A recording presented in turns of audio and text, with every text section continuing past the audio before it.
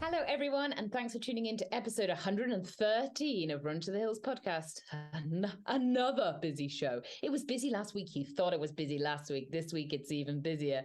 We've got a lot to catch up on. I always go scary a bit in half term because I'm so busy. So I do have a lot to catch up on because I don't even know what you had for breakfast. We have a chat with Ali Young, and Russell Bentley joins us again with his thoughts. Thank you, Chia Charge, for continuing to support the show. Chia Charge gives 1% back to the planet, and you can recycle their packaging too. Go to their website and click on the sustainability tab to find out more on how to recycle your old Chia Charge packaging. That's your job for this week, listeners, is to go and have a look, see how you can recycle all your packaging, gel, anything that you use out on the trails. See if you can recycle it. I have just got some beeswax paper because, as we all know, I love a flask of tea and a sandwich, but looking to how to wrap the sandwich. So I'm going to let you know how that goes. It's got to be better than the foil that I use right now. How's Milk Gate going with your tea? Oh, so I did, lots of people had some great suggestions. Whenever people listen and then suggest something, it really touches my heart. Thank you so much. So I have, people have suggested oat barrister, not barrister. The lawyer milk. Barista, oat barista milk, which is nicer in hot drinks. So I have searched the local shops for such milk, none to be found. So I've sourced some, and I'm going to try it and see how that goes. No, I couldn't do it. I tried. I could have tried harder, but it just wasn't. You know, when you're like, no, I don't like this. So it's not a case of I could get used to this. Mm-hmm. Like black tea, I like. Not my favorite, but that I was like, no. It's my one joy, that cup of tea. It's my one joy. So I'll let you know. I'll keep you updated on Barrister Gate. I'd say Barrister. I used to say Gillet instead of Gilet. I'm such a oik. Oh, how are you? Looking a little slimmer. Have you been on some sort of crash diet? No, I don't know. I'm hungry actually. Tea is Gary was like, can we record half an hour early? And I was like, yeah, I'm starving, but I don't want to eat before because I'll fall asleep. It was good actually. It reminds me, I know we did the show last week with Green Runners, but I've still not physically done my pledge, so that's got to be on my list of jobs. Me too, it's on my list, but then there's so many things on my list for half term. I know Green Runners will understand that is on my list, but it will be done, but probably not till someone's not in my face asking for a banana or a Lion bar at 9:30 in the morning. But anyway, tell me about your week. What's been happening? Not a load of miles. I think when we talked last week, I was at the early stages of being very poorly, and that went for 3 days. And I think maybe, if I'm being brutally honest, I probably milked it a day and swerved a workout. But I was saving myself because I knew I had a big Saturday and Sunday over at the lake. So, partly swerved it, partly saving myself. But what I found, Eddie, I got this exercise anxiety, or lack of exercise anxiety. I just felt, my goodness, I've not been off for... I definitely missed 2 days of running and then 1 day of easy running. But I was just kind of beating up on myself, which I was a bit disappointed about. And I had to keep reminding myself, over a decade of being consistent, a few days is not going to make any difference whatsoever. But I was a little bit disappointed. I imagine if other people feel that, if they have a kind of unscheduled rest. So I think it's totally normal. Everybody feels it. Like loads of people suffer just with taking a rest day. They find they get that. You're not getting, it's very natural because you're not getting that hit of hormones that you're looking for. The same thing as when you look at your iPhone, when you're on your social media, it's the dopamine. It's not there. But it's something really important, and you did it, and you rested, and the sun set and the sun rose, and nothing really happened, and nothing apart from that you felt better. So the same thing happened to me. I did that long Zwift race we talked about at the end of last week, and then wiped me out. I didn't sleep properly for 4 nights afterwards. My resting heart rate was going higher and higher. My cortisol must have been like, I carried on training and I was just feeling absolutely hanging, horrible. And I was getting like DOMs from like an easy run. I was like, this is not good. Wow, yeah. So I just threw in a few rest days, and I don't find that hard to do because I knew that I was going to feel better. But I do get that little voice that goes, it's all over. You know, 1 rest day, 2 easy days, spine's over. You are not going to finish that race now. And it's the power to listen to that voice, isn't it? And then go, no, I know what's best. Rest is going to. So my Garmin thing, which says resting heart rate, went up, up, up, up, up. Even though I wasn't ill, I think I was overtrained, tired, and because I wasn't sleeping, I got in this cycle, and then I had a rest. I went out to do my hill reps. Yeah. I could not even run up the hill. I was like, what? I'm so tired. So I listened to it. I was like, okay, I'm just going to hike. Yeah. I'm just going to do a nice hike. Let's not stress about this. Took the next day off. Took the next 2 days, really like super 40 minutes of running for both the days for me, which is like, you know, quarter of my normal volume. And my resting heart rate went all the way back down again.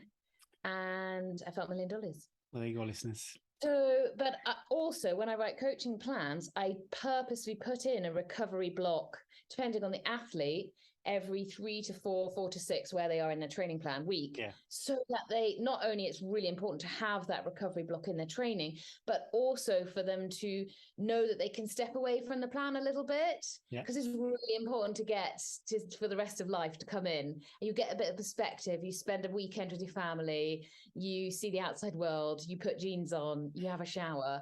And then you do feel better, even though you might get that, I still need to get my exercise hit. So this is the silly thing is on the Garmin plan that I follow, it was a bit of a recovery week. The miles were. It's amazing how your body kind of knows. Do you think it shuts down? Well, I was going to ignore it. I was just going to ignore it and do it. But so the two things combined, it was pretty good. But I really do track your heart rate variability on Garmin. It's not something I do, but that is again an indicator. Yeah, I think that's such a good indicator of it. Nearly always is 24 hours pre you getting sick. It starts going up. I don't wear my watch at night, and so obviously my data's all skewed.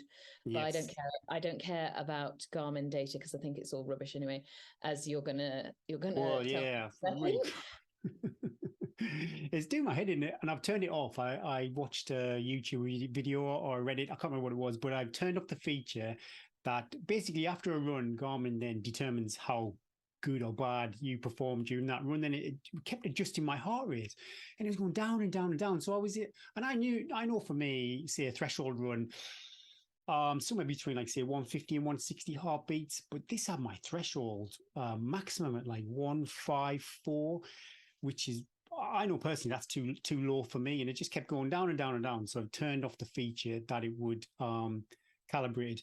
In theory, it's fine, the feature, but if the heart rate that it's reading is inaccurate because of, say, the optical heart rate, then everything's just flawed from there on in. So yeah, really, really frustrating. So I've worked out how to turn it off. So hopefully that is that.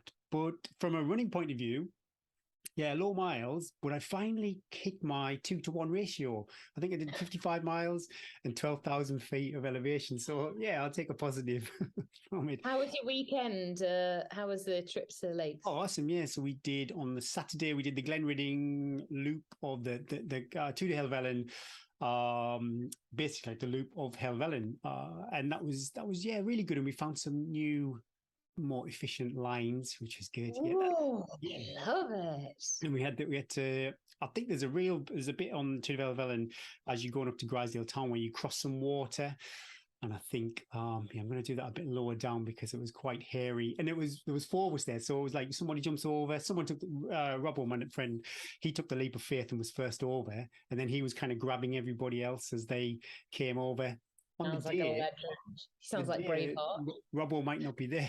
So, can he not go and stand there and wait for you? Yeah. Or? So I might have to cross a little bit further down where the water's a bit shallower. But You're all yeah, I right love though. it. It's only water. It's not going to kill you. You're Oh going to be all wow! right. If you lost your footing here, you go bouncing all the way down to the mill race. But yeah, 12,000 feet. And then on the Saturday evening, if that wasn't enough, so we did that big run. And then Robbo and I went up to Blencathra back. Nice little out and back. And then on Saturday morning, we did it again. Smashed to Blencathras. Yeah, it was good. Super duper good. I enjoyed it. Can't come with that. Started off feeling pretty sorry for myself. But yeah, 12,000. I've never done that 2-to-1 yet. So We can't really call that recovery week now, can we? Because well, yeah. the two Blencathras were literally you walk up, you don't run up. I don't run up Blencathra anyway, and then we jog down. So yeah, it was Okay. quite easy. Yeah, I get you. You sell it to me. Yeah, how about you? Yes, we had much the same. Maybe I caught it over Zoom from you, but I wasn't really ill. I was just weak and useless. And this swift race went on for hours. It finished at 10:05. Oh my goodness. That's too late for exercise for me. Too late, isn't it? I was like, oh my quads. I'm in bed an hour. What time do you normally go to bed? I'm like at 9 Yeah, o'clock. I really love. I mean, is there anything more smug than looking at? I've got a like radio clock, and it's like 9:30, and you're in your bed, and you're like, yes, get in. So that really, oh god. Anyway, I've got 2 weeks off now, so I don't need to talk about it. Though I haven't been on my bike since, I don't think. So now I need to get back on my bike. But yeah, it did. I just generally felt really tired. I still got my long run. I think yeah, the combination of the long run, the volume of the hiking and the long run, this is what my thoughts are, dear listeners, is it's really tiring and it's really calorific, all that useless volume, and just getting the recovery in from the long run. And the fact I'm like today I did 22 miles, 6,000 feet, Gary, and a lot of it was above 2,000 meters. Wow, yeah. And it's tiring. It's really tiring. And how long was your time on feet? 5 hours. Oh my goodness me. Yeah, it's a long time, isn't it? And then, Gary, I get the fear because I'm running home. But the nice thing is it's downhill because I was just try and do my long run with the downhill bit on the way home. Yeah. But I'm still running at like 750-minute mile pace on the flat. Oh, so I'm still moving at that sort of at the end of the run. But I am really tired then for the rest of the day. And I'm like, oh, the huge fear of like, this is not even, and I'm not even in bog. I'm on like lovely alpine and getting a bit more muddy now. And they don't seem to be getting any easier. If anything, I was like, they're getting harder because my poor quads are getting more and more tired. But anyway, stop whining. So the volume, so I need to be really aware now the volume's going to get even bigger. I've seen some 8-hour runs, 8-hour hikes in the near November future. I've got to be really mindful of my recovery, my protein intake, looking after myself. What does tomorrow look like for you, though? Tomorrow looks like an hour. So I've got to, because the kids are on half term, I've got to cram everything in with them. So again, I'm trying to be mindful of like, okay, so I've still got 6 by 10 minutes uphill and a 5-hour hike to fit in over 4 days. I'm like, is that sensible, Eddie? How far do you push the... What was it? Push the boundaries. Obviously, I failed a bit last week to keep pushing. There's so many, like, there's no, like, if you want it, you gotta, in the word of Britney Spears, we all know, you gotta work. If you want it, if you want that Lamborghini. Then you look at, say, someone like Sabrina Vijay, it's almost like she pulls the curtain open that day and you're like, yeah, you know what, I fancy a session today, or but that's I don't. fine. If you've not got kids, if you've got a lifestyle that you can do that, I haven't got the life that can be like, see you later, guys, I'm heading off. Getting a long run in half term, as all parents will know, is a logistical operation of, and then even then I got the football time wrong. So poor Bryn was taking Rory to football. I said, he's got to be there at 10:30. Evie's got to be picked up at 12. Then you need to change the gas, blah, blah, blah. And then he took him and I said, there's nobody at the football pitch. He sorted it all out. And then said, football's at 2:30. Okay, so I got it all wrong. The whole day was messed up. Can't complain. I have had that little bit of recovery back. And I think what I need to do, what I can't wait to do is come over and do my recce, because I think that will put a lot of what ifs. Even if it's terrible, at least I'll know what I'm facing. Not knowing is the scariest thing. Is that a similar ratio then? You're 20 miles to 6,000 feet. Is that? No, it's I think it's more like 30 miles. Well, the first half is hillier over shorter distance to the second bit. Depends which section you're on as well. I think it's more 30 miles to about 6,000 feet from what I can see. But obviously where I am, there's limited, there's hills. And so and I kind of just think the hills are such good strength. So, and I work those hills, Gary. I don't slack up those hills. I'm nailing past all those 90-year-old hikers. Yeah, good yeah. My weighted vest is it was dripping with sweat yesterday. It's pretty minging at the moment. Can you wash that, or is it just something you walk past and go, "What?" Yeah, I probably could wash it. Probably should more than could. I washed my rucksack for the first time. How long have I been wearing it? Like 2 months now. Because as I was walking past it on the coat rack, I was like, "Woo, something's a bit whiffy." Yeah. When I went off my second run today, I put my little buff on, and it was still wet from the morning sweat. Gross. Oh no, skin to skin sweat wetness. No, that's not good. Surely you've got enough buffs that you could have gone fresh. Right, results. It was nice to see Tom Evans on the podium again. 2 hours, 48 minutes and 31 seconds at the Beachy Head Marathon. I'm pretty sure they've got a 10K, a half marathon, and even an ultra. I'm not too sure if it's a course record. I got it in brackets, so maybe that indicates something. I just copied and pasted it from Facebook. Imagine that you lined up at the start of that. And like he was there, third in UTMB, and he's lined up next to you. Be like, if you were the local like club legend, you'd be like, "Oh, hang on a second, mate." Amazing to come back from UTMB. He obviously hasn't had much of a holiday, or maybe it was just a little shakeout.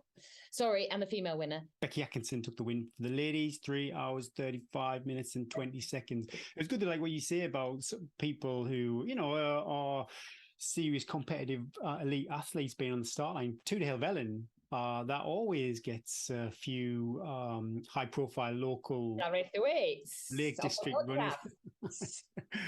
Don't get more elitist than that. But this year there's going to be Mark Derbyshire. Maybe I'll try and see if he's coming on the podcast. And obviously, Jasmine Paris too is going to be there, so that'll be awesome. Thames Trot 50. I've done this as well many years ago. It's changed time, so I'm sure I didn't used to do it this is many years ago. Roger Corbett won in 7 hours 19 and Rachel Piper in 7 hours 27. Special congrats to Roger because he's one of my mates. And also, you'll like this, he is no spring chicken, Gary. I'm not going to mention his age on the podcast, but let's just say he ran a very wise and very sensible race and beat some people which are much younger than him. Yeah, good job, Roger. Thanks to everyone who's left us 5-star reviews over on Apple Podcasts. I think we've got up on a few. Do you know what? It's one of my highlights is just reading what people have written about us. The best bit of my week because the rest of the week I get called poohead, worst mother ever, doors slammed. Oh, can you just go and have a shower? It's been 18 days. And then you read a lovely review. So if you've got a spare second, just pop over there, leave us a 5-star review. And if you do it this week, you're guaranteed to be read out because we've read them all. So quick, get over there. And next week you'll be It really seems though, it is awesome, isn't it, when you get a bit of positive feedback. It really warms you up. And if it's timed right, when you're feeling a bit low, it's a great pick me up too. Someone said something mean. You're like, yeah, my best here, guys. Also, thanks to all our Patreon members too, keeping the mics and the lights on. Thank you all so much. And head over to the Patreon and check out our Chia Charge goodies competition. Everybody who is a Patreon member, I think on the 1st of December, we'll do the Wheel of Fortune. We'll pick a winner out. I was going to say, I need to work out how. Facebook Live. We can work that out. Oh yeah, okay. We'll try. We'll see. We won't be able to do it 1st of December because I'll be on the Pennine Way crying. But we'll do it when I come back.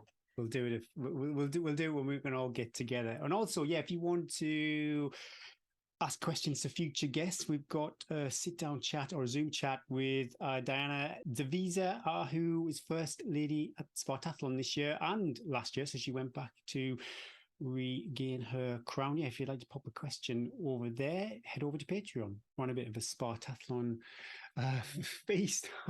We love this. We get into a race and then we interview everyone we can find.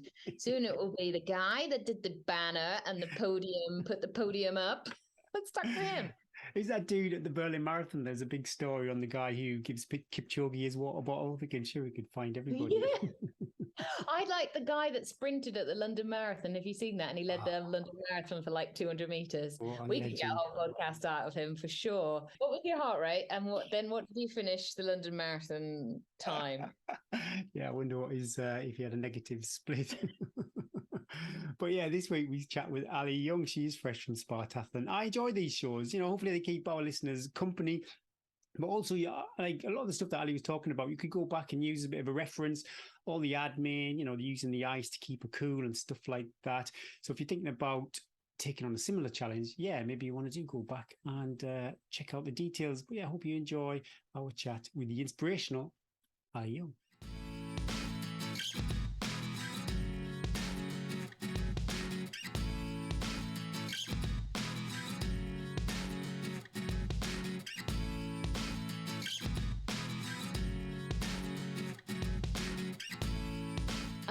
This week, we're delighted to welcome Ali Young to the Run to Hills podcast. Hi, Ali. How are you?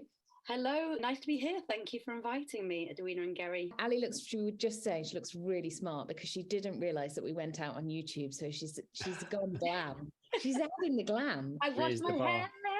Washed her hair. I love us runners that if you wash your hair, it's pretty. That is brilliant. I'm on a win-win.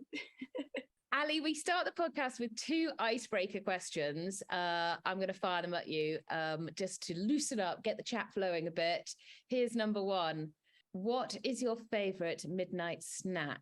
Oh, that's a funny one because I'm always fast asleep by then. Should we say 9 p.m? 9 o'clock snack, yeah.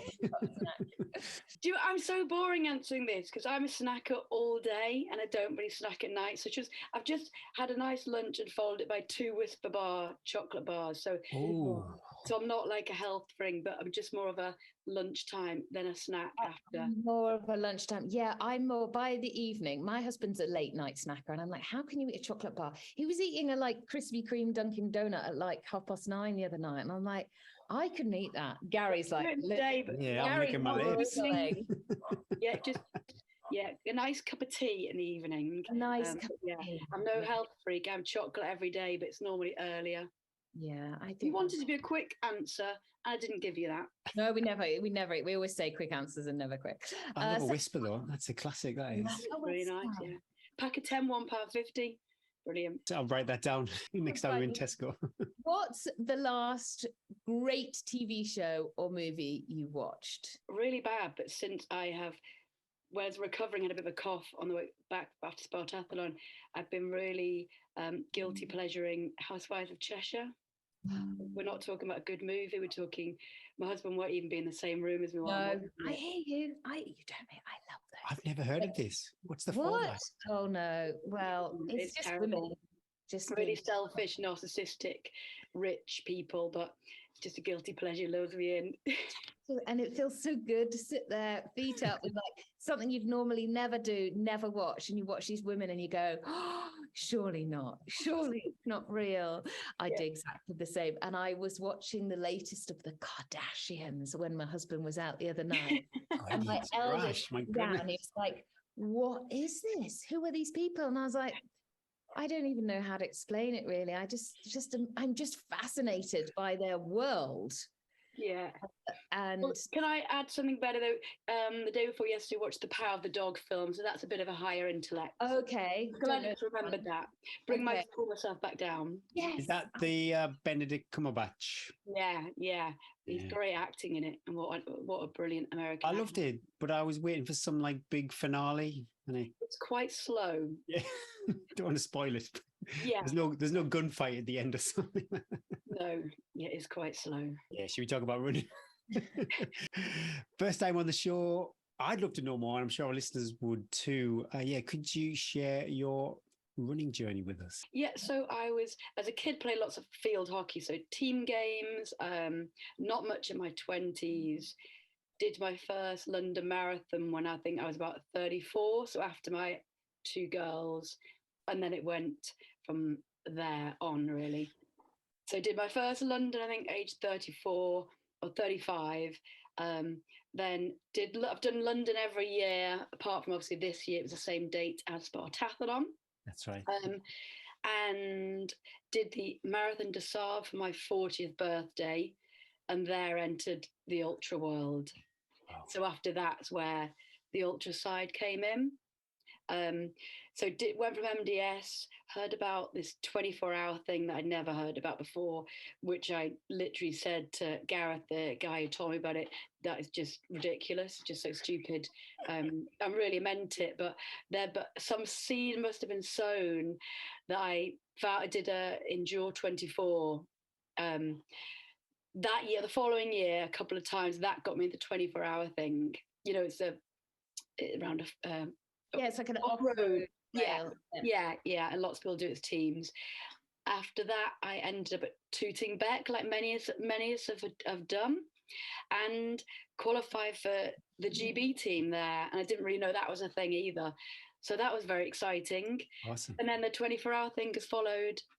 So kind of accidentally sort of fallen into things. It's just grown and grown, hasn't it? Yeah. How many 24-hour races have you done now, Ali? So including Endure 24, I've done 4 for GB, Tooting, 1 in China. It's about 7 or 8, I think. What's amazing is when you look back on your Power of 10 is that you're so consistent in your, not only in your distances, but also in like every year you're putting in a really good performance. Would you say that since you sort of started on this ultra journey, that it's been a sort of a sort of growth, considering as well you've not come from a running background? Or do you think that sort of stood you in good stead, the fact that you haven't got years of running underneath you, but you have got like sport underneath you, that you've been able to be so consistent and to get stronger? I think so, yeah. And not ever, things have just sort of fallen over themselves. I've never really taken it too seriously, and I think that really helps. But I agree about the consistency, because what I was looking before, as you were saying, it was talking about the GB race. It was in kilometers, 215. My next GB, 216 kilometers. The next one, 214 kilometers. Wow, yeah. The next one, 211. So it's always, I'm proud of my consistency, but I do sort of feel like I'm always an also ran. So I'm like solid, but I'm never the champ. Like, there's nothing wrong with being the solid consistency. And in turn, I think it's good because no one really knows who I am. It's not like I've got much pressure on me. Do you know what I mean? So I'm not the high. I'm never the high flyer. So I think that's kind of. But you put in the performance, and that's so hard in 24-hour track races, is that every time you go, you're going to perform and you're going to give that level. And I don't think there's many people that would, if they look back on their 24-hour career, would have that amazing consistency, because they can go so wrong. They can go so right, but, 70% of the time they can go so wrong as well. Let's jump into... Anything can happen. Yeah. Anything can happen. Let's jump into... Spartathlon and how that first came on your radar. Whereabouts in like this 24-hour journey did you hear about Spartathlon? Because are we right that you've done it twice? Yeah, so I did it in 2017, and again that followed a conversation with probably Dan and other people in the GB team who were talking about Spartathlon, and it seemed like there's a certain thing that 24-hour team, well, there's paths people follow, aren't they, and boxes people tick. Yeah. And Spartathlon came up. So just found out about it then we were Belfast. I think Marco did it that year as well, Consani.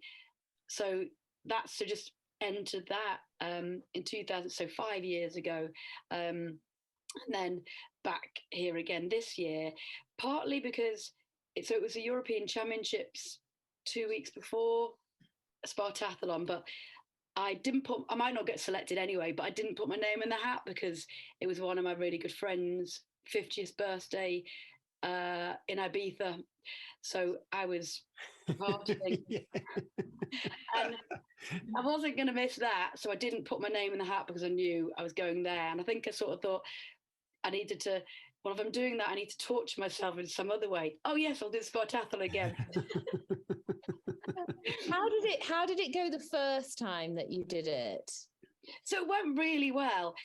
Just over 30 hours 40 or something. So there's a cutoff of 36 hours in the Spartathlon. So well within that. So super proud of myself. But I didn't actually enjoy the process much.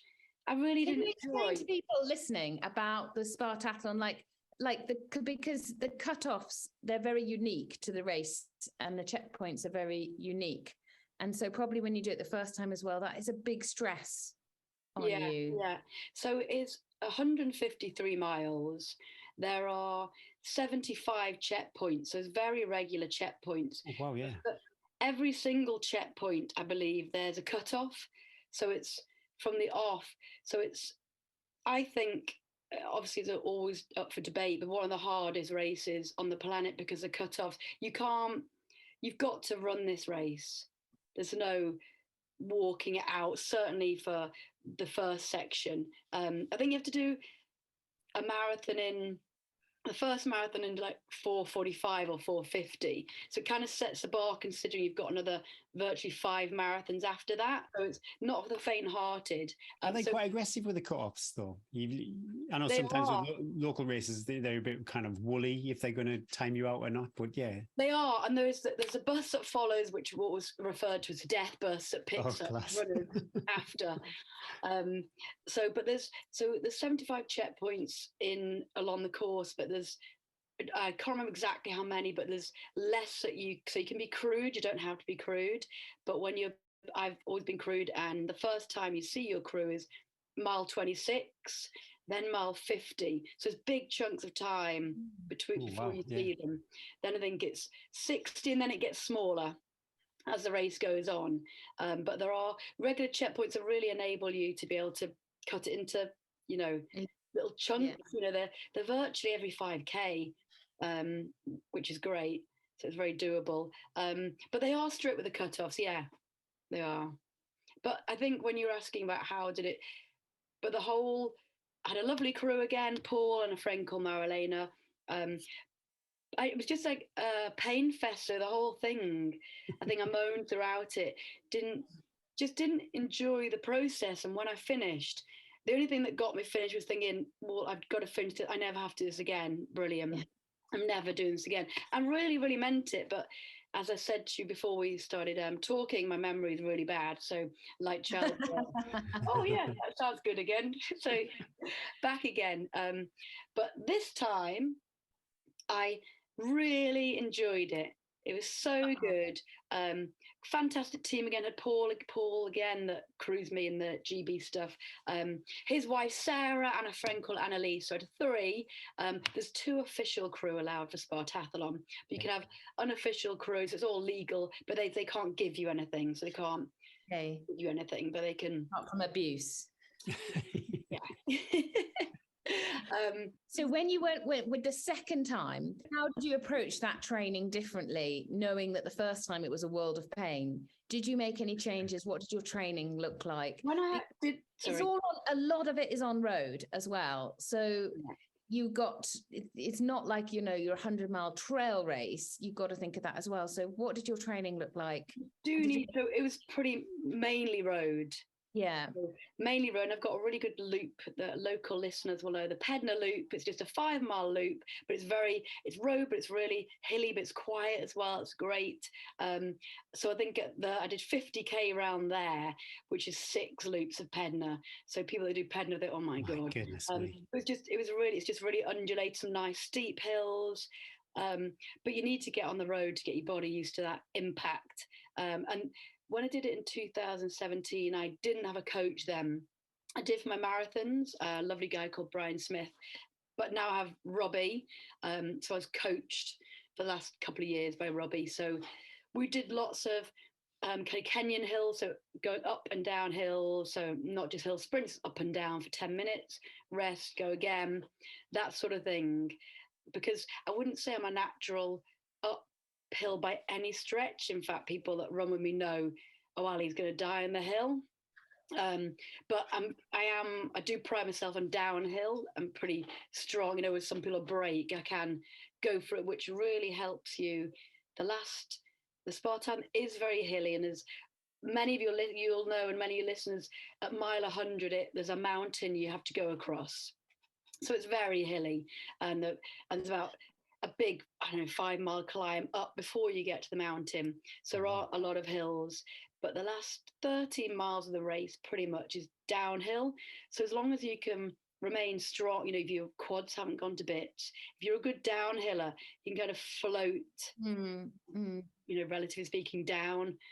But it's whether your legs are okay after the first 140 miles. Before that, last 13.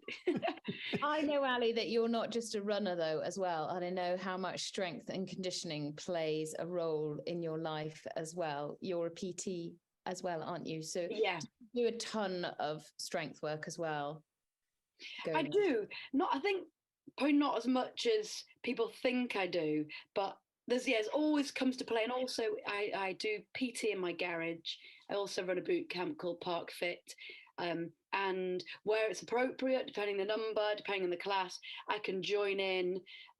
Always before a race, I do this killer leg session, 100 leg strength and endurance. It's about 300 squat variations, about 200 lunges, plyometrics in there, and it every time smashes my legs more than anyone. So I go a bit more mental than everyone, but I tell you, it bulletproofs me for every race. I do it about 3 weeks. You need to copyright this, Ali. This could become secret.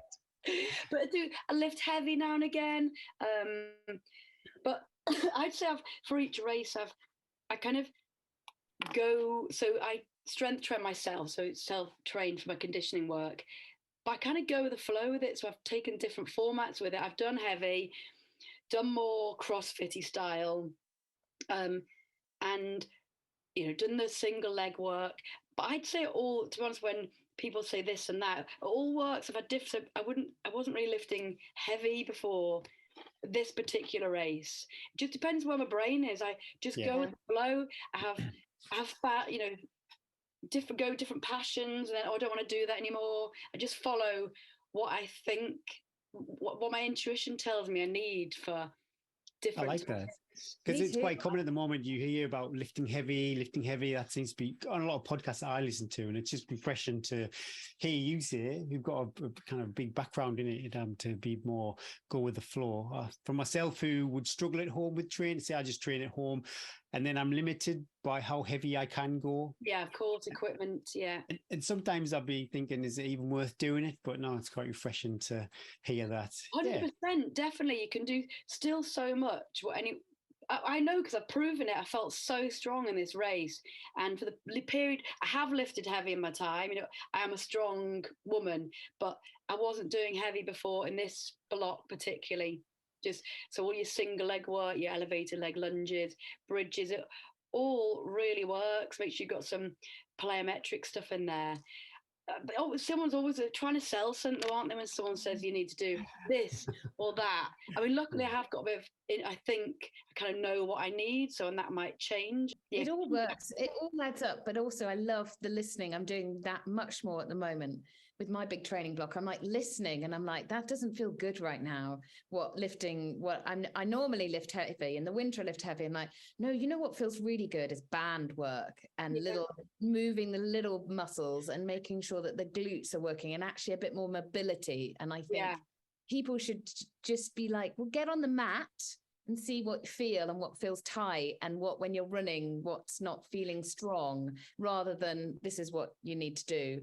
And not everything works for everybody. Some people are not designed to lift heavy weights, and if you haven't got a background in lifting heavy, then it takes quite a long time to be able to build up the weight and the form.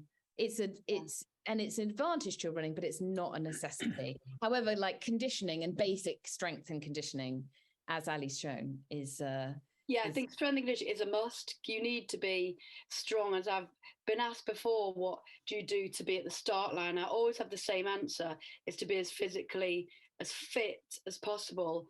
So I've never done 100-mile week in my life, apart from when it's in a race. Yeah. Never.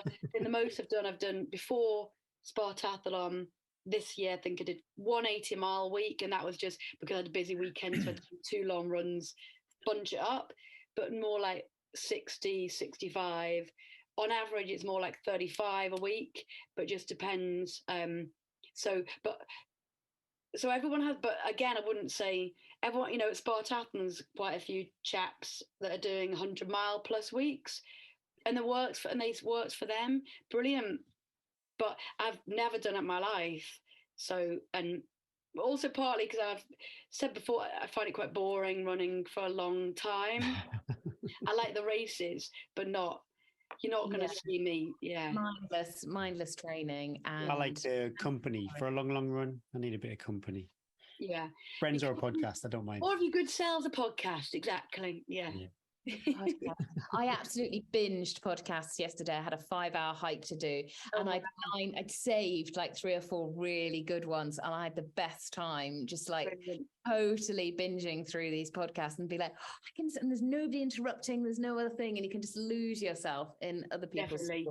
Yeah. As people will be no doubt doing now, Ali. Chuckling away, I'm sure. You laugh a minute. I did 10K before this, actually, and I was listening to, do you listen to Life's a Beach, Alan Carr? Oh, no, that would be great, actually. They're only short, but I quite like, it has me giggling away. It's about holidays and stuff, but Alan Carr's just funny. But anyway, that's just an aside for you. Last question for me before Gary jumps in with his questions. One of the big things is the heat at Spartathlon. Yeah. Did you do anything special this time? Second, did you learn anything from the first time? Did you change anything? People have said before, not there's people that do Spartathlon each year, and apparently 2017 was not a hot year. So did you do the Spartathlon? Was mentioned at one point. That was the time I did it. But it was definitely, because I've looked at the pictures, I had ice in my wristbands and stuff. But this year was the second hottest ever, apparently. What temperatures are we talking about, Gary? About 36 degrees. Oh, so my God. Boom, boom, bloody hot. I mean, crazy. So obviously we had a great summer, didn't we, in the UK? We were, I went to Greece on holiday. I mean, it was early August, so not enough for acclimation, but I'll run in any heat. If it's 30 odd, I'll go in the middle of the day. I don't stay away from it, because obviously a race day could be hot, could be cold. You just need to get out there, folks, and run whatever the weather. So I've never been I'm too lazy. I'm not getting up at 5 a.m, and I can't be asked to go in the I hear you, Ali. I'm not there. So I'll go whenever. But so this race, arm guards were brilliant. So every single checkpoint, they kind of have a bucket of water and sponges, and wet the arm guard every time. A sponge under my cap, put it back on, wear a cap the whole time, cover my skin up, water ice, but when I said it was about every 5K, I would be wetting down, and my arm guards again, and by the time it was getting towards the next one, I'd be thinking, I'm hot again, I need to. So it was absolutely critical to do that. So I was happy with where I coped with the heat, because that's crazy hot.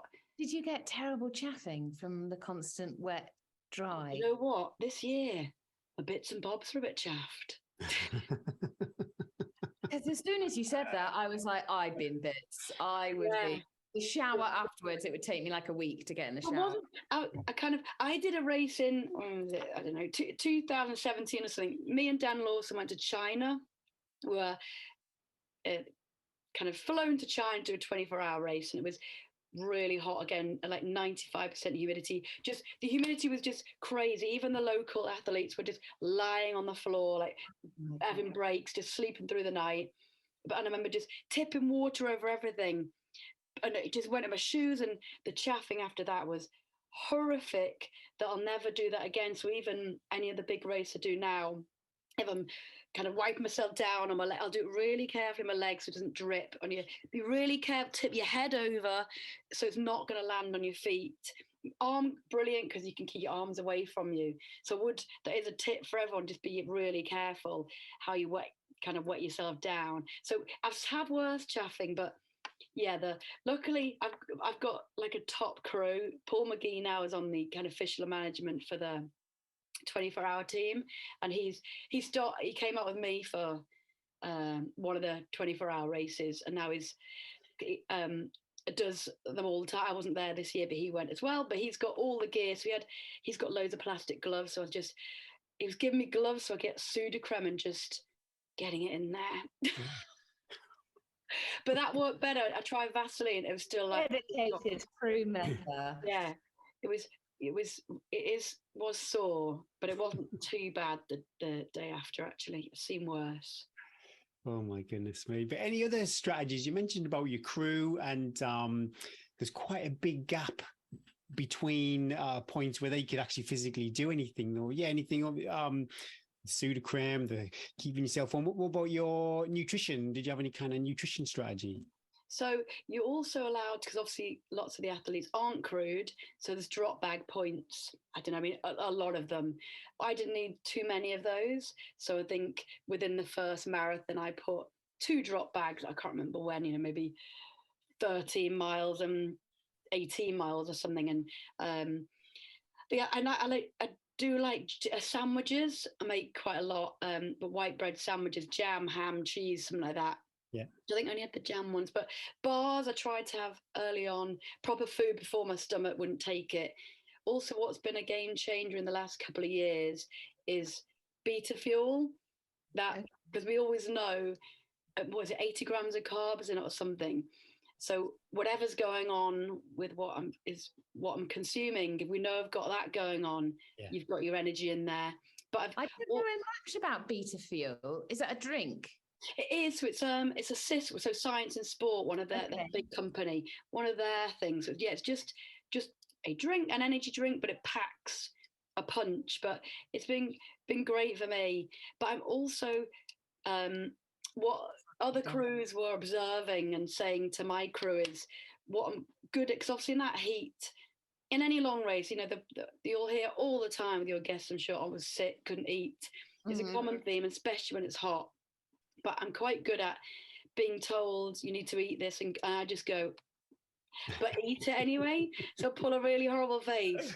Yeah. But whereas the other crew saying, my role to say no and walk off. Yeah. I know, and again, it comes back to the basic thing. What happens if your car's not got fuel in it? It's not going to move. So I know it's got to go in. Otherwise, I know some people run it empty, but it's not ideal, is it? So I just force myself. Sometimes a little bit of gagging going on, but it goes in. So at some of the bigger checkpoints, there was pasta available, so a crew would have that on board. But the usual gels. And do you run with a pack, or have you got handhelds? I did. So some people have in this race just do a handheld. I don't want the fuss of. I think it changes the balance in your arm, and if you're holding, you should always try and keep relaxed. Like you see them at Western States with like 2 bottles. Oh, I don't like the handhelds. Oh, how do they manage that? But then people in the lead are doing it, aren't they? So obviously it works for some, but lots of people do the waist belts at Spartathlon. But I think sometimes it suits, I don't know on the whole, whether suits men better with physique. I don't know whether it kind of just makes me want to go for a wee if I've got it. And yeah, and if it's not tight though, it'll be bouncing, won't it? I don't know, but certainly I'd say there's definite half and half of the thing of having a waist thing with that heat. You're obviously making yourself warmer with the pack. Yeah. But I constantly have my my 500 ml 2 500 ml bottles, whereas I'm like a little furnace. I'm very, very hot runner, so I drink a lot. I do drink a lot, so I prefer to go. Yes, I had a bit of heat to my body, but no, I can drink whenever and not like the athletes are waiting for the next checkpoint. Also, you're too reliant on checkpoints having water and stuff, which there was a bit of an issue. You don't have to stop at each of those checkpoints. Exactly. Stuff, you actually can just go moving. Exactly, the filling, the faffing. I did have to say stop because I'd do the water thing, but that was 2 seconds. You could get that nailed. Quite pretty efficient getting in and out. But yeah, usual thing. Soup's always a good one, isn't it? Especially you get these Greek before the mountain base. These lovely ladies that make this homemade soup. So it's nice. And I mean, Spartathlon's a great race. Everyone is really well supported. The streets stop when we run out. It starts under the Parthenon as well. So it's an epic start. If you see any of the pictures, just to see the athletes under, it's quite something. And then to run the locals come out, it's such a big route. Would there be lots of locals getting involved with the race? They do, yeah, they do. And you get these groups of kids, obviously the teachers brought out the whole class, and just things like that just make my heart melt and just make my hair stand on end, and so make me quite emotional. It's so lovely, isn't it? And you just high-fiving them all. I just think things like that are just so special. And that's when I was referring to before, in 2017, I didn't appreciate things. I appreciated this race. I had a lot of... My brother was really, really ill last year, and we nearly lost him on 2 occasions. So I was also raising money for the hospital he was at, and he's doing really well now. But it was a shite year. So I think when you realise as well, I always knew it's going to hurt. Obviously, it's a stupid amount of mileage. Who does that? I mean, not sane of mind. So anything can happen as well. You could pull something, whatever training you've done. That's why I try not overthink it, because some things might happen not under your control, and you're devastated at the end of it. So it's kind of like, I knew I was going to be in pain, but listen, right now, I knew there's people in that hospital fighting for their life, like my brother would have been. Their families in such emotional pain that just bloody get on with it. No one's paying me to do it. I'm paying to do this, So it's like, bloody crack on, Ali. Yeah. And that was a game changer for me. Mentally, having that approach. And I think everyone can find that approach, can't they? Because it's our choice, isn't it, doing this thing? And then we like moaning about it. I mean, 100%. Got to pull ourselves together a bit. We do to moan, but yeah, pull yourself together. Yeah, I'm not saying it to moan. Ask the crew. I appreciate the views, and then the finish of Spartathlon you probably heard about. I think I'm yet to hear a race as a better finish. Because you get about a mile out of, so it's a really small town, Sparta. So that's where you go from Athens to Sparta. About a mile out, you get these older teenagers that kind of on their bikes, go behind you, that you get safe. Then you get nearer to the Leonardo statue. If I said the right thing. Anyway, but loads of kids come out, like about 30 on the bikes and running by you. So, and the whole town, all sitting, it's lined by cafes and stuff, the approach to the statue where you kiss the feet, come out and are cheering you. I mean, it's like you're absolute Bobby Dazzler superstar, Wow. Yeah. But it's just for anyone to get that finish, it's just, if you're plodding in, as soon as you see you're on sprinting in, it's just amazing, amazing. And you got the music playing, just fantastic. I bet it was really, again, we've talked about this before with long races where a lot of the time you're on your own, but then you come into civilization and it's quite an overload of senses, which then could probably trigger all these emotions too. Is that how it felt as you came in? You're absolutely right, because for a race, I'm on my own for a long time, especially in the dark of the night, just me and my head torch. I quite like nights, and the barking of dogs. The dogs is like, dogs are a part of the race, are they not? Truly terrible. It was okay, but these dogs did come out at me at one point. Obviously, most in the villages, that everyone has a guard dog, so they're behind something. But after I had this, they backed off, so they didn't get me, but they really, because a car was coming. But it was quite frightening, because imagine all the stray dogs as well are stray guard dogs, so they're not cute little, it's so cockapoos.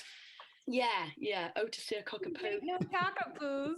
that was scary. It doesn't bother me that people, all right, I know this is you're in the middle of nowhere, but so go back to what you said. Yes, you hours of nothing, and then you come into this town are all so happy for you. It's like, because obviously London Marathon, which I've done 10 times. I love London Marathon. Never knock it because those crowds are a joy. All the runners are joyful, all the spectators are joyful. You never get days like that where everyone's backing you, everyone's happy. That they're priceless. And so you've got this quiet thing, and then you get that in this, it's just this one strip. It's just beautiful. If anyone could do the race just to get that finish, and I always feel bad because Kat Simpson did the bad year when it was the rain. To bless her, and she did bloody well. We're talking dangerous storm, so no one was out because it was actually quite dangerous. But she never got that finish that she deserved. So, Kat, if you listen, you have to go and do it again. But before I forget, though, we really want to encourage women to do the race. So other women, the diversity is low. Yeah, it's always very low. I don't know if that's to do with the fact that you have to qualify for it. So there is that also, and maybe also the time of year, and the fact that it comes after the summer holidays, and so women aren't looking for a big event at that time of year. I don't know. How do you enter? We discuss it a lot about why, because we'd love more females. How do people enter Spartathlon if they're listening?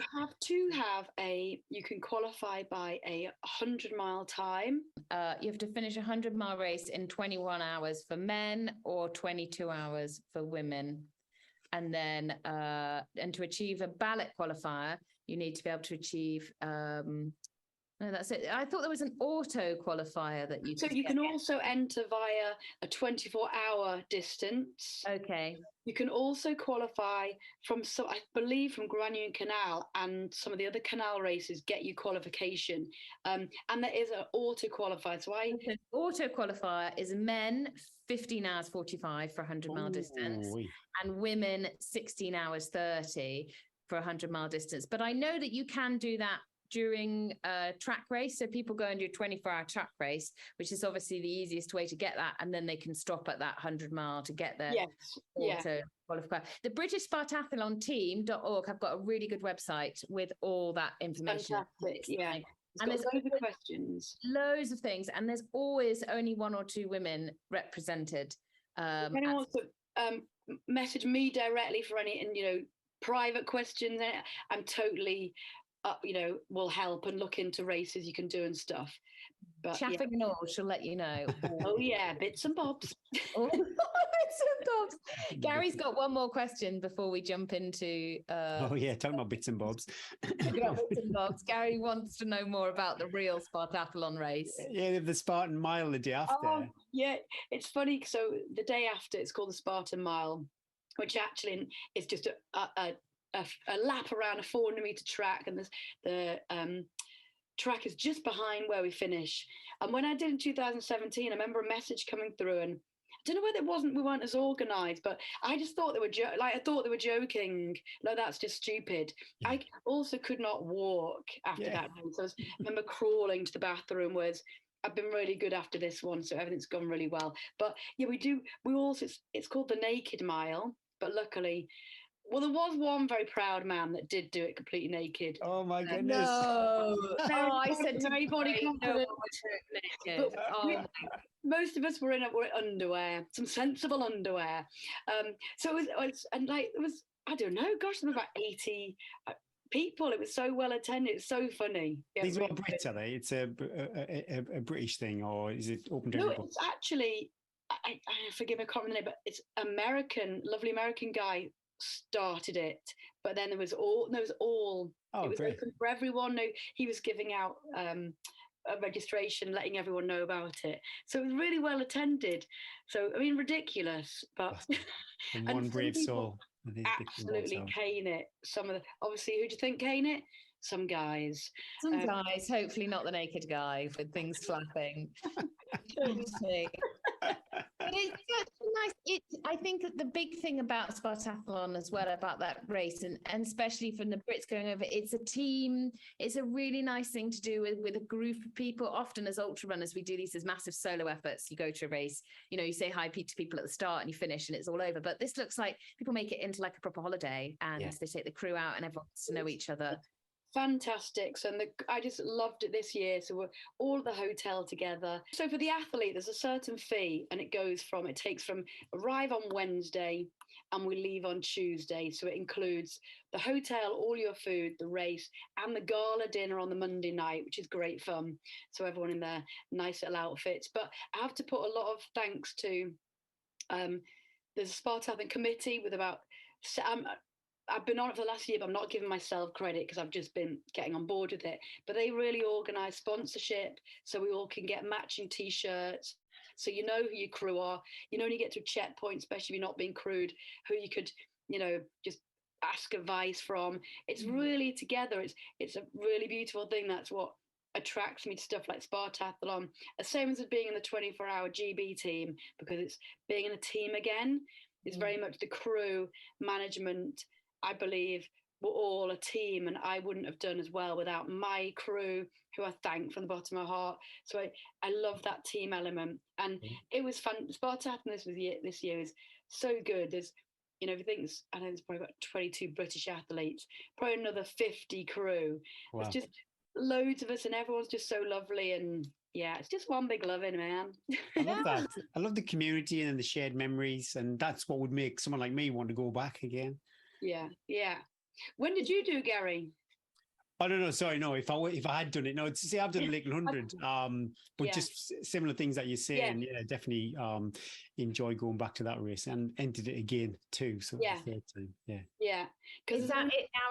Are you done now with Spartathlon, or are you? I don't know, because in the stats, there's only 3 women from the UK that have done Spartathlon twice. So me, one of them now. So if I do it again, I'll be the only one to do it 3 times. I know. I think we know what's going to happen then, don't we? She's on the committee, Gary. She's on September. She wants to do that Spartan mile.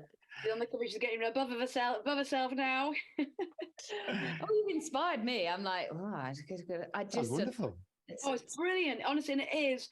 There is definitely a holiday aspect on the Monday. We go to the beach. All go to the beach for the day, and then it's a party on the Monday night. So it's really fun if you've had a great race. If you've had a crappy race you haven't finished, that is a tricky one. Yeah, to be fair, and over half the people didn't finish the race. Yeah, because it's hard. It's such a hard race, but I guess you know that when you sign for it, don't you? That it's not all, it's not signed, sealed, delivered. It is an epic one, but more people though have confidence and go for it, because there's lots of schoolboy hours. You can go too fast at the start. Yeah. But one step at a time, and you're kissing the feet at the end. Oh, it sounds magical. Yeah, do it. Right, let's finish with a quick 5. These are going to have to be quick. I've got to go in it. Okay, go, yes. Go. Think of like the last mile in Spartathlon. Let's drop a sub 7-minute mile. Here we go. All right. What is your favourite time of day? Probably about 9 p.m. when I'm going to bed. Yeah. I love 9 p.m. all over. If you could be any season of the year, what season would it be? Summer. Oh my God, sunshine. I'm not looking forward to the winter. Summer all day long. Oh, I do like the autumn though. Some lovely autumn days. It's beautiful, but I don't. I'm outside a lot with work, so. Fair enough. Oh yeah, I imagine the kind of boot camps when it's minging in December. And my gym, let's not big it up. It's a garage. Yeah. So. Where the magic happens, though. That's where. Oh yeah. If you could change places with anybody in the world, who would it be? That's a big question, Eddie. That's too big for me. Too be quick. Big. Now. I don't know. Just for the day, maybe. I'd go and got it sussed. American. I'd like to be like some royalty or president, just to see how they live. Yeah. Goodness me, I'm lost on that. Kardashians. Talking housewives. Yeah. I'm rubbish at quickfire. Kipchoge for a day. There you go. Yeah, I'll do him. Oh yeah. Sorry, that came out wrong then. Anyway. I probably wouldn't want to. I want to think of a female athlete. And I'll just say, I want to say a female athlete, not a male athlete. What's a good female athlete? you'd like to be for a day? Oh, Denise. Chrissy Wellington. I don't know when she was competing. Yeah, or Jessica Ennis-Hill when she was competing. See what her training was love like. Jess Ennis, yeah. Love Jess Ennis. See how she'd be pretty hardcore in the gym. Love Jess, love her six-pack. Love Jess, love the six-pack. I'd love to train next. Talking about six-packs, this won't get you a six-pack if you eat too much of this, but what would be your favourite ice cream flavour? I do like a classic stracciatelle. Vanilla with a little bits of chocolate in. It's vanilla stracciatelle. I probably pronounced That's it not wrong. my idea of a classic, Ali. I'm a That's exotic. strawberry, vanilla. Oh, she's going to go classic vanilla. She's going to no. I sound that posh. Yeah. Wow. I know I don't. Bucket list race. Do you know what? It's bad water, but I can't afford it. So another reason for entering Spartathlon was I thought, well, you get your qualification, but I've just reevaluated with the way times are. I can't afford it. Yeah. So I'd be curious, from leaving the UK to London again, what your spend would be for Badwater. That's a lot of thousands. Pretty good family holiday, isn't it? My family, I've got a 19-year-old and a 17-year-old. That is not their kind of family holiday. No, driving at 3 miles an hour beside you on it. Yeah, they're not impressed by anything I do. No, they're not going to sit in the back of the car like Debbie's son did. No, mine are too old for that. Mine are lovely and gorgeous, and no, they love what I do, but no, not for them. Not this time. Well, let's keep Badwater there. Let's say never. You never know. Yeah, exactly. Never say never. If I win the lottery, I'm there. Yeah, well, your Spartathlon winnings might go back. Ali, thank you so much for coming on the podcast. A little ray of sunshine in your yellow jumper, and the fact now we know that you love summer as well. Huge congratulations on your Spartathlon, and hopefully our little chat will just have made it sound like a little bit more accessible to women. If it's something that you are interested in, either send me a message or find Ali. Ali, your webpage is Ali Parkfit, is it? We'll put all Ali's social handles on our show. Give her a shout if you're thinking about Spartathlon or you've got any questions. Now you know she's on the committee. Best of luck with no doubt your continued recovery, and we look forward to seeing what you've got planned in the future. Thank you for asking me. It's lovely to speak to you both. Take care. Thanks, Ali. Take care. Bye. Bye.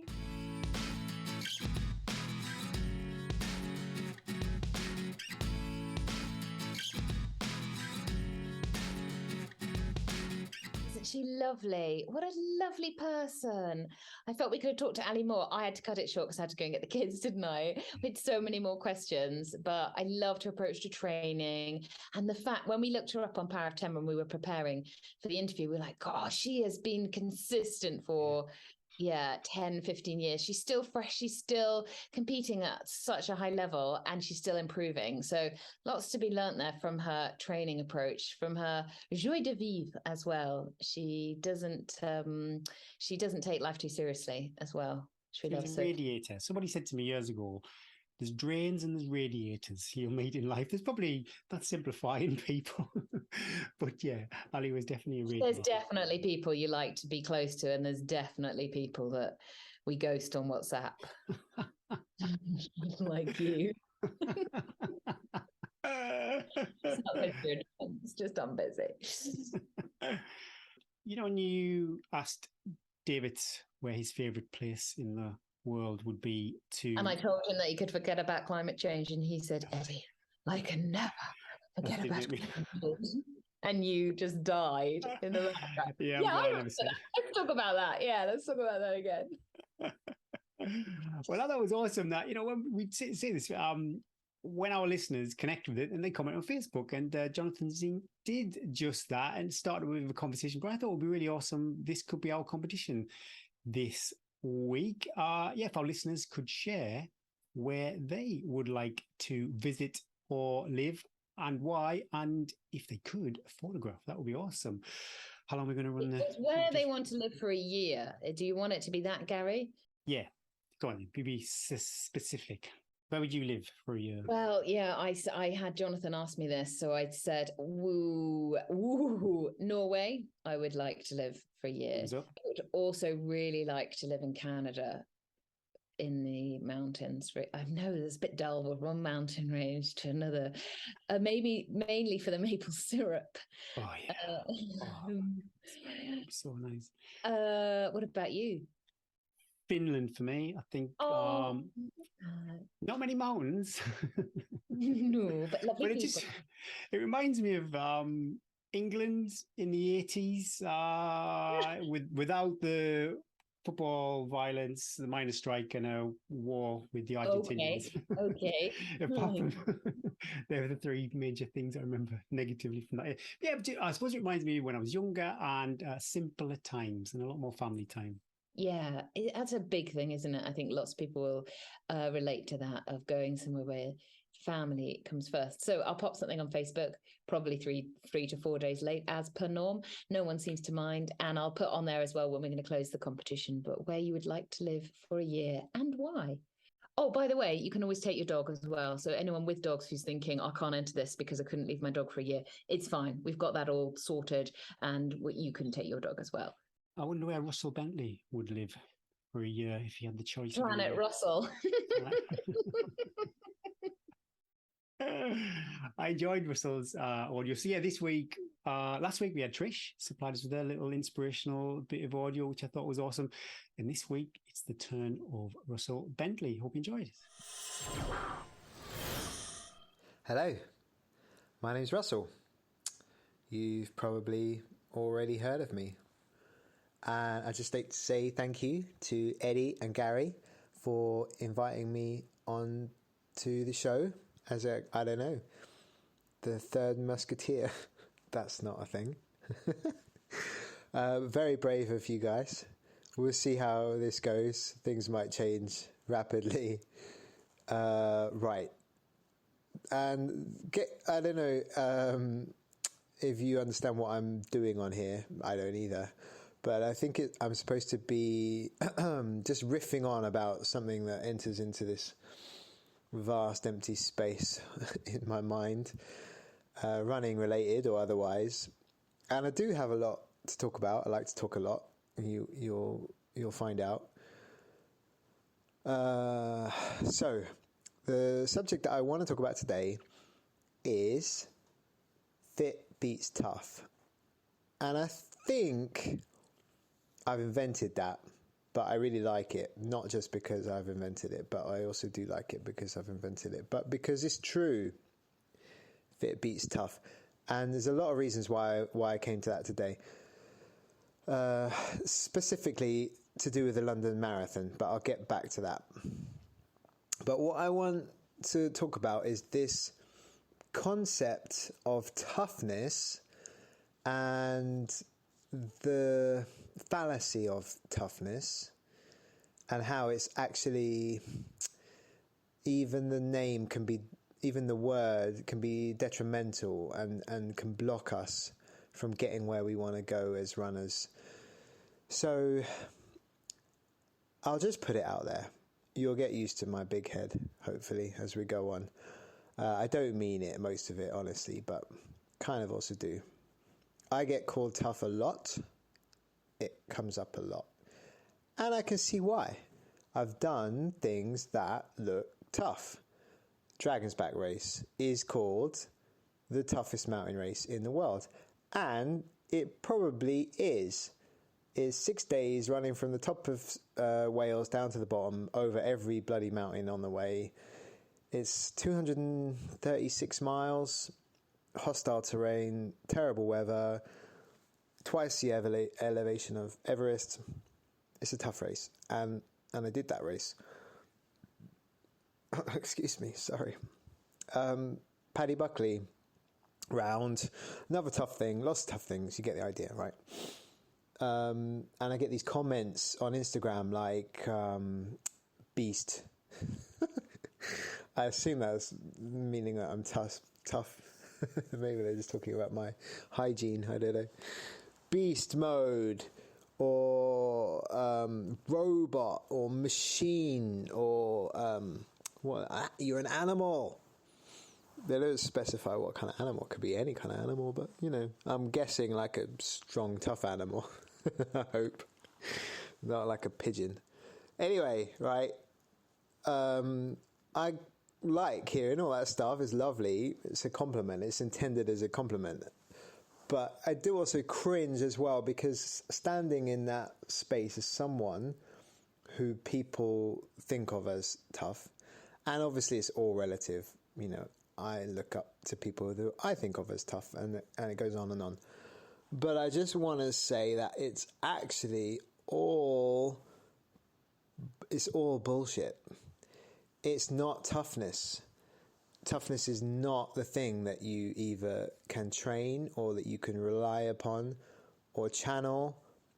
It's completely unhelpful as a concept, because it is kind of regarded as this thing that you can't train. It's like a gift, or it's part of your genes, or it's imbued deep inside. It's inherent. It's this kind of ethereal, magical quality, toughness, to be tough. And toughness, it just doesn't work that way. I don't really think it exists, because you can be tough one day and then weak the next.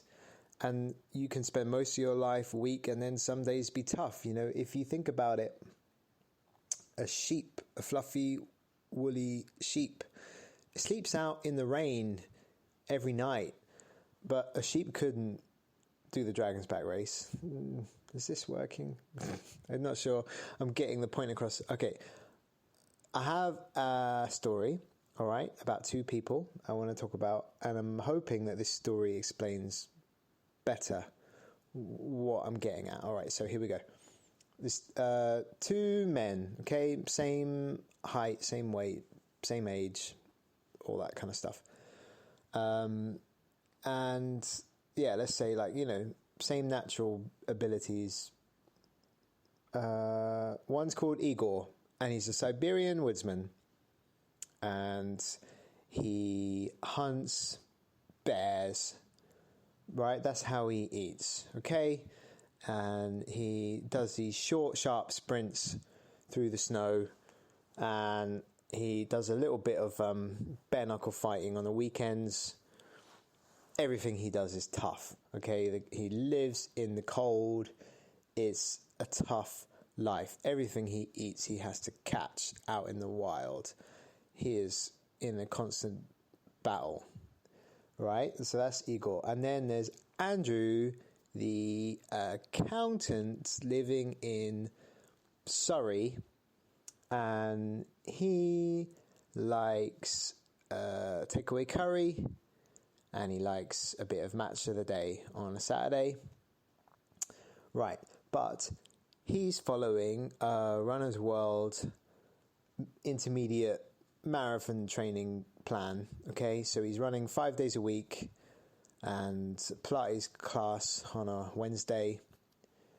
And you take these two guys, okay, Andrew and Igor, and you drop them into a marathon start line, right? And then you have to bet on who wins, okay?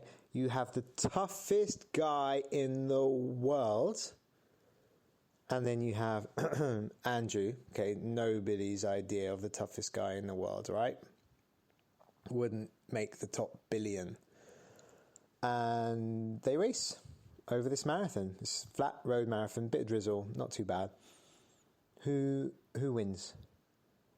Okay, Andrew wins. Every time, 10 out of 10 times. Igor's never run over a mile before in his life. It doesn't matter. It doesn't matter how tough he is. He can literally be the toughest guy on the planet.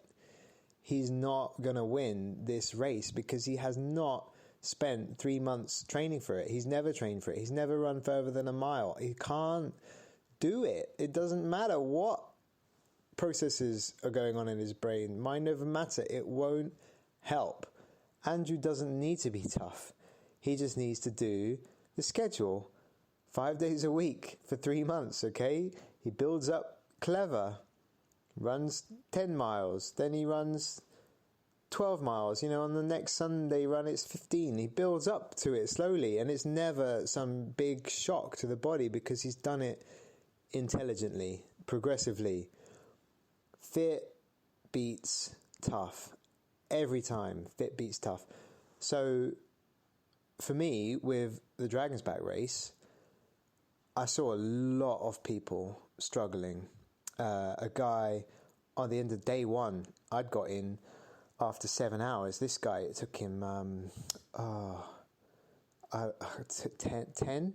10 hours or 12 hours or something like that. Okay, he was knackered. But he started spieling off to me about how he was tough and how he was going to brute through the next day. And he dropped out the next day. And it was because he wasn't fit. He wasn't ready for that challenge. I didn't need to be tough because I was fit.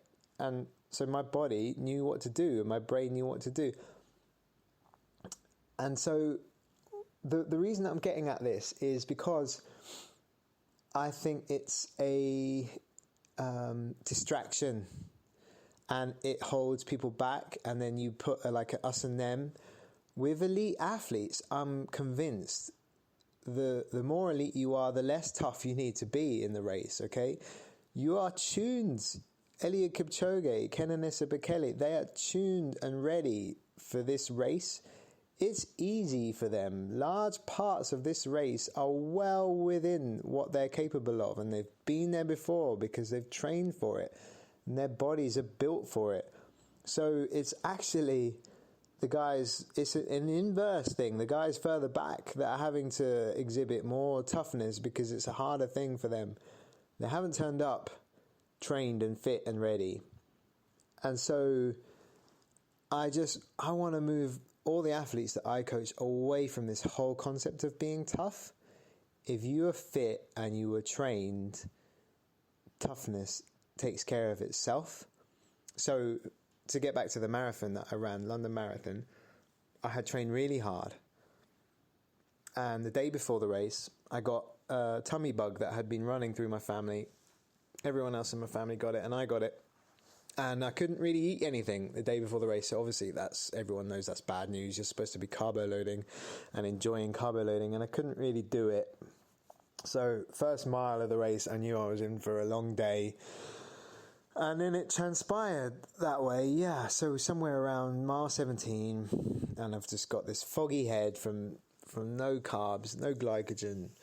And I'm cramping, I'm getting all these crampy leg signals, so that's all feeling hard. And then I'm also still struggling with this tummy trouble, so I'm trying to keep it clean, and that's becoming increasingly difficult and uncomfortable. And I just really, really, really wanted to stop.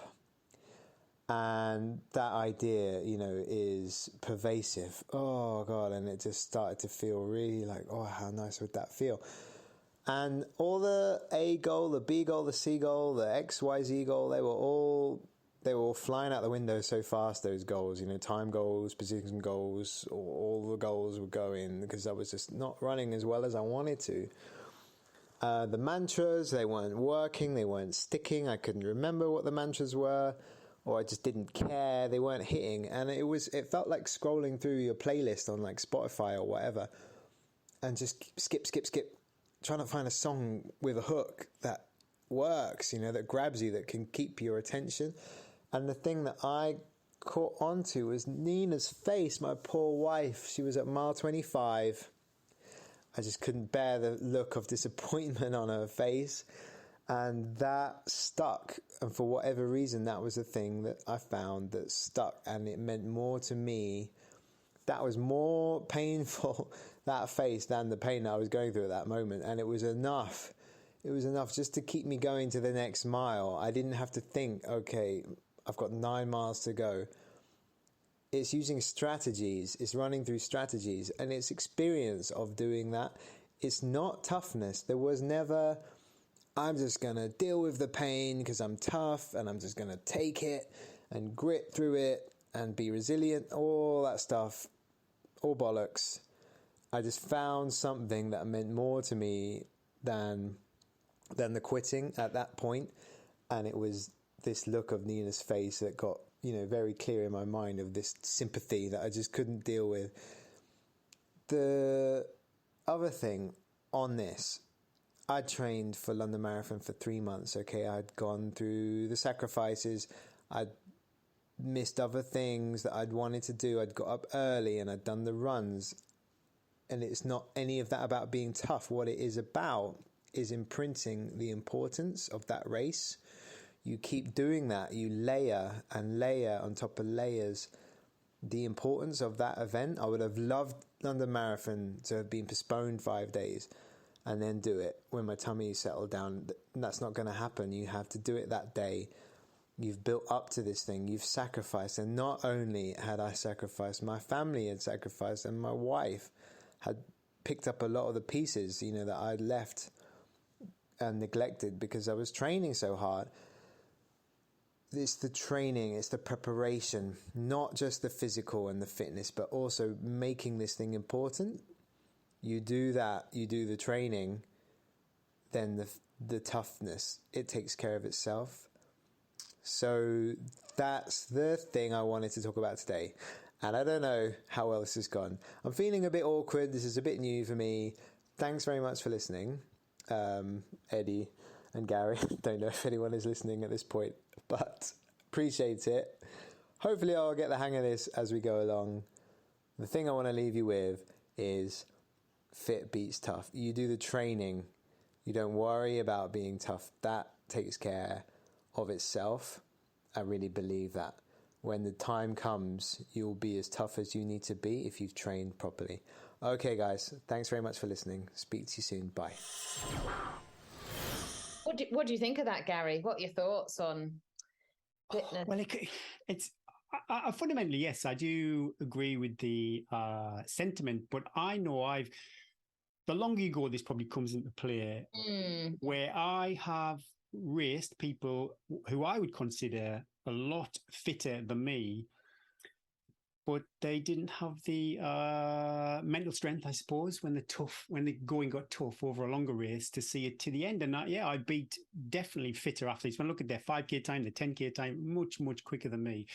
But that didn't translate into the really, really long stuff. So when I'm training for a marathon, I'm going to go on another one here. I like to be in a situation where it doesn't get uncomfortable, which I suppose was similar to what Russell was saying. I don't want to be in pain at any point during that race. I don't want to test if I'm strong or not. So yeah, I understand what he's saying, but yeah, sometimes I've witnessed it myself, especially on long stuff, like I say, where fitness doesn't always trump strength. Love to know your thoughts, everybody. What do you think? I think all our little sound bites from Russell are going to make you think, and you're probably going to be listening going, oh no, I don't. You'd love to. And this is what he wants. He loves a discussion, and people would probably be like, oh, if he was here, I could say this. But it was great. It's spot on. I did think about it. It was really good. Yeah, it makes you think. And it makes you think, I'm like, and for me, for the spine, I'm like, I need to be certain level of fitness, but what I really need to be is really tough. There can't be, but does the fitness make me tough? Like my ability, is this what is chiseling out that pain cake? Oh, it's just, there's no right answer. There's no right answer here. But again, it's thought provoking. We've had that chat. Let us know what you think. Coming up, races. Whew. Yeah, got a lot of text here. Race to the summit, £7. And if that's not good enough, if you're under 17, it's free, which is absolutely awesome. I love this concept. Please, can we have more? It's brilliant. Yeah, so you can be under 9, under 11s, under 13s, under 15s, and then under 17s and seniors. So loads of categories there. It's in its 55th year, and the race to the White House pub and back is still going strong. A great start for runners new to fell running, and a fast course for the more experienced fell runner. I just think that's awesome. You know, inclusive for all the age groups. It's free unless you're over 17, and it's super inclusive, super fast. It just ticks all the boxes for everybody. What a great sounding race. Hope everyone has a great day there. Another one that I saw, which we do this now and again, if I see something pop up on Facebook, but the Scarfell Sky Race, which, my goodness me, if you want to see some legit elite athletes rock up, I think Tom Evans, course record holder, Elsie Davis, she was there too. Entries open soon for that, and the race takes place in June 2023, so lots of time to get yourself ready for the big mountains in England, at least. We've also got Snowdonia Marathon, screaming fast. No, it sounds Snowdonia Marathon. You'd think, ooh, but a lot of it is on road. But it's still got about 800 meters of climbing, but it's fast. And it's huge entry. You have to enter quite early to get a place in that.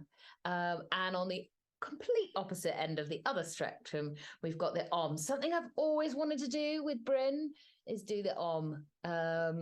Maybe when we're in our 80s, we'll be able to do that. If you're doing any of those races, good luck. Let us know how they go. We love pictures. We love hearing about it if we've read it out, and people can let us know how these races go. Well, yeah, it was great. Andrew Enticknap, he took part on the Beachy Head Ultra, and he sent over a selfie. And also, he was next to the guy who was with the rhino outfit. My goodness me! This time of year, normally when you see these people in their fancy dress on these big city marathons, I feel sorry for how hot they're going to be in their suits. But this time of year, probably a big bit of fancy dress will be welcome to keep you out of the elements. Hopefully, he's raised lots of money and awareness for that cause. Thanks, Andrew. Yeah, any race picks, like Eddie said, share them on our Facebook group. I really thought that was awesome. How long have you got to go, Eddie? Half term, clock's ticking. It's many days. It's many days. We're looking still at plural of days. Oh wow! Which is fine. The kids are so good.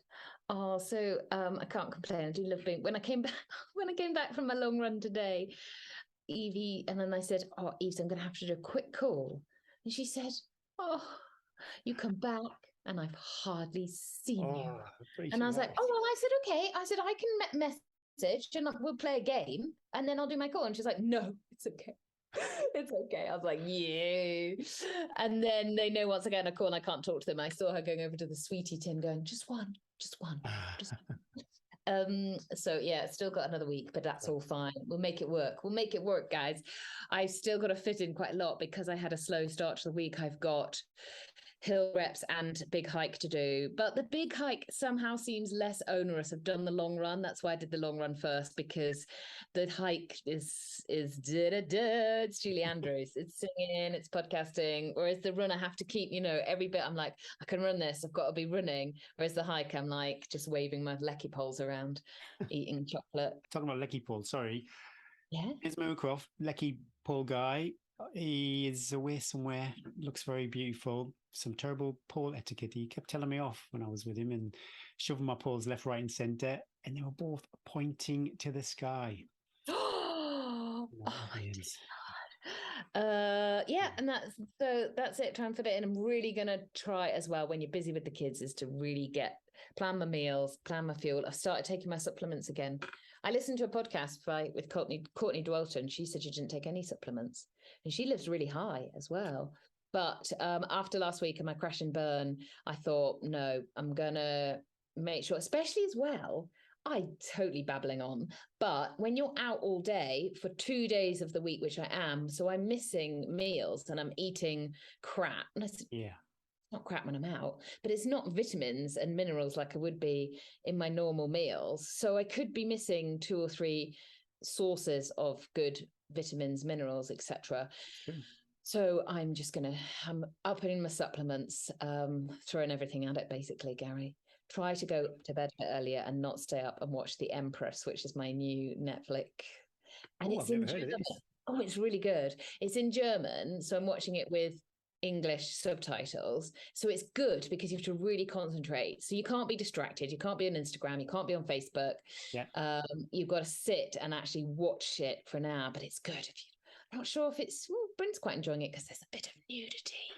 I think that's why Bryn likes it. What about you? Staying fit, staying healthy. Cross country. We love the cross country stories. Yay! I can't wait. Lambton Estate. Are you going to sandbag this one too? Not feeling so good. I feel okay at the moment. So as long as I score, it's not really up to me. It depends who turns up. But I always like scoring for Sedgefield.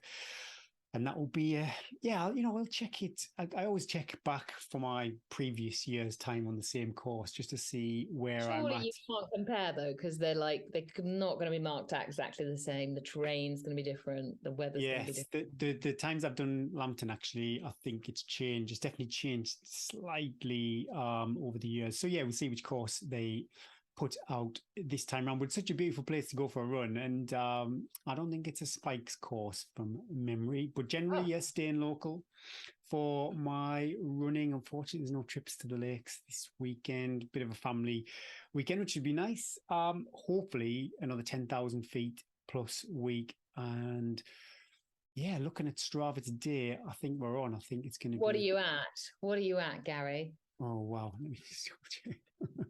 I did check. What are you on? Where are we recording? 5,000 feet. 5,000 feet. That's 7,720. It's only Wednesday, Gary. We're there. We're smashing it. But you got cross country. You're going to take a hit on that one. Yeah. So yeah, I reckon I'm going to 14, 15,000 this week. Oh, see, I just That's my limit, though. If I go any more than that, my knees can't take it. I've learned that. Like, if I go nearer 20,000 feet, my knees, it's the old bones. Yeah, you know what I did, and I didn't really take much to observe it. It's pretty obvious, but when we were in the lakes last week, did you feel stronger up the climbs from your hiking? No, I still was quite chesty. I was still quite actually a bit chesty at the moment. So no, and we all had DOMs, so I'm not really. You were probably running, and you've done a lot of hiking as well. We can think of loads of excuses. Loads and loads of excuses, but yeah, 10,000 feet. I think 5,000 feet. I'm running on Wednesday, and I've got my long run. There's going to be another hike too. The hike smash it. It's like up and down this pendulum segment that we've got locally. Are people starting to look at you a bit funny on that pendulum? Or are they like, oh, there's this guy, he's out there. Don't go that way. Is that guy out there all the time at the moment? I really don't like that when you keep saying the same people when you're doing a run, especially with, say, Rex, and the two dogs don't like each other and they just keep bumping into each other. It drives me mad. Or when they don't put the dog on the lead and it runs towards you and you've got your dog on the lead. And you're like, just make an effort, okay? Even if it doesn't come back because he's super excited, make the effort and, sort of say sorry. If you just stand there and now I have to stop, now I have to pause my watch, and now I'm angry, and now you're going to get the look, which is... Well, I had a dog attack Rex once, and the guy was like, oh, it's never done that before. And I'm thinking, you got to be taking that. He must have known. I know Rex picks and chooses his moments. So people know their dogs. Yeah. I don't want to go on a rant. Anyway, so yeah. No, cross country. On a happy dog note. Happy dog note. Cross country, staying local, 10,000 feet. And the session tomorrow, depending on the weather, I think it's the classic 10 minutes and then 90 seconds rest and 5 times a kilometre. And then the 10 minutes to finish. So my God. Oh my God, Gary. That is big. I just got sick by 10 minutes uphill. I think I prefer to do that than running a fast kilometre. Your session's probably strength-wise, longer. They're longer, but I don't have to go to that kilometre pace. If I get a 4:40 kilometre at the moment, I'm like, yeah, I'm smoking fast. Oh, yeah. And I've entered. I should have said this. I entered York Marathon. So it's on. The hunt for the England vest is on. Can you imagine you'd wear it on the podcast like the whole time? I'd have to order 2. I wouldn't take it off. It would be, that would be truly awesome if I could. I'd have to come over, and I'd have to get the train and the bus because I couldn't fly because it wouldn't be. I know it gets a bit easier the older I get. If you keep yourself ticking over. It never gets easier. You still got to get yourself in shape, Gary. Yeah, but the target times are. Yeah, but you're getting older. You don't realise the drop off that's going to happen in the next 5 years.